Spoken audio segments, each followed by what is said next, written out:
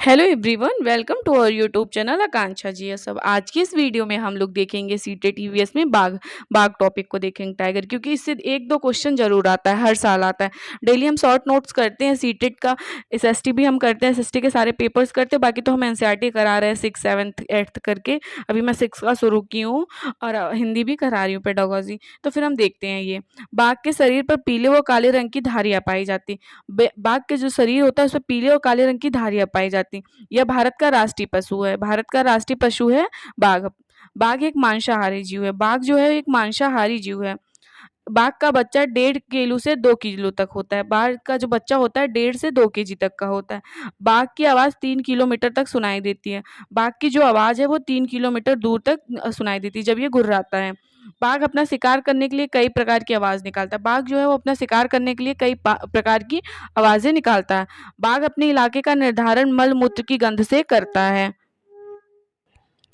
बाघ जो है अपने इलाके का निर्धारण मल मूत्र के द्वारा गंध से करता है। जहां तक मतलब उसका मल मूत्र होता है उसका इलाका वही रहता है।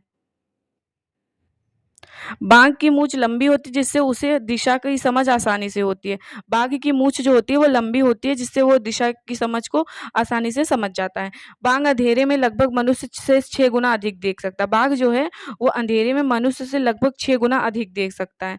बाघ के नर बच्चे समूह को 2 या से 3 वर्ष की आयु में छोड़ देते हैं। बाघ के जो बच्चे होते हैं, नर होते हैं जो, वो 2 या 3 वर्ष में छोड़ के चले जाते हैं।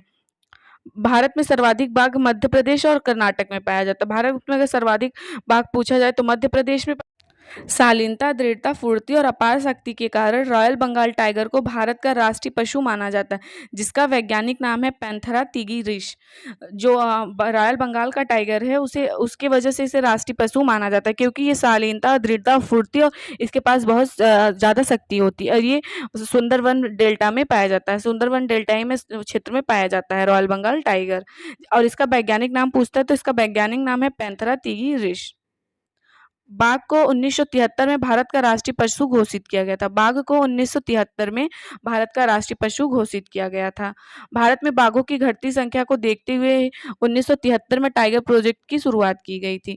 भारत में बाघों की जो संख्या थी घटते हुए जब देखा गया तो 1973 में टाइगर प्रोजेक्ट की शुरुआत की गई। और ये क्वेश्चन पूछता है टाइगर प्रोजेक्ट कब शुरू हुआ, तो 1973 में शुरू हुआ।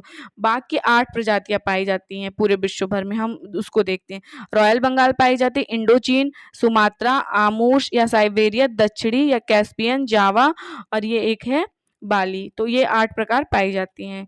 रॉयल बंगाल, इंडो चीन, सुमात्रा, आमूर या साइबेरिया, दक्षिणी, कैस्पियन, जावा, बाली। तो ये 8 प्रकार का बाघ पाया जाता है। बाघ मछलियों के शिकार करने के लिए कई किलोमीटर तक तैर सकते हैं तथा एक अच्छे तैराक भी। बाघ जो है मछलियों का शिकार करने के लिए कई किलोमीटर तक तैर सकता है और ये अच्छा तैराक भी है।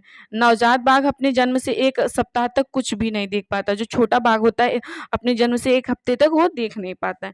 बाघ का जीवन काल 16 से 18 वर्ष होता है। बाघ जो होता है 16 से 18 साल तक जीता है। बाघ की दहाड़ 3 किलोमीटर दूर तक सुनाई देती है। बाघ की जो दहाड़ है 3 किलोमीटर दूर तक सुनाई देती है।